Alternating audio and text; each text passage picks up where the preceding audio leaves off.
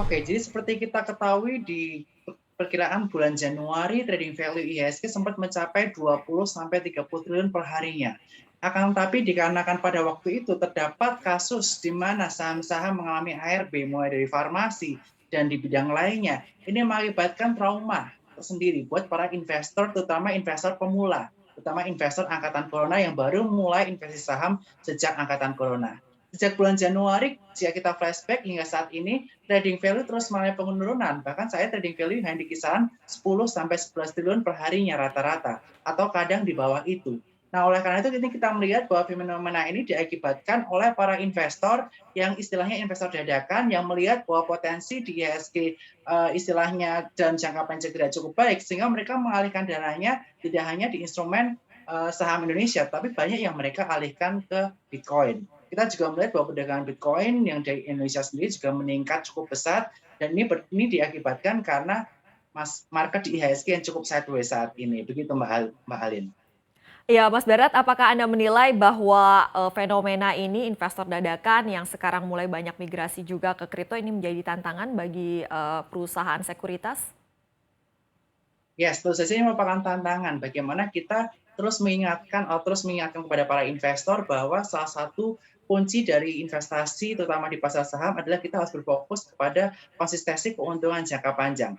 Oleh karena itu, PR dari Bursa Efek Indonesia maupun seluruh jajaran perusahaan efek adalah bagaimana kita mengedukasi masyarakat secara luas, terutama mengenai pentingnya 3M+1D.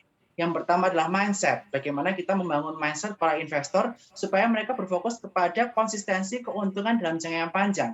Karena yang penting istilahnya kita bisa mengalahkan hasil investasi kita ini dibandingkan dengan time deposit maupun obligasi. Dan yang kedua adalah kita harus membentuk mindset kepada para investor, bahwa mindset yang penting setelah kita fokus pada keuntungan jangka panjang adalah mindset bahwa kita mau belajar, berjuang, dan tidak mudah menyerah.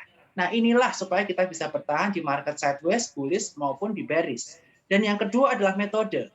Para investor sebaiknya terus mengasah kemampuan mereka, metode mereka, baik secara makroekonomi, fundamental, maupun technical. Dan juga money management juga merupakan hal yang penting, supaya mereka tidak terfokus kepada satu sektor, tapi diversifikasi beberapa saham dan beberapa sektor, yang ini akan membuat resiko mereka berinvestasi akan semakin terminimalisasi. Dan kedisiplinan juga merupakan hal yang penting.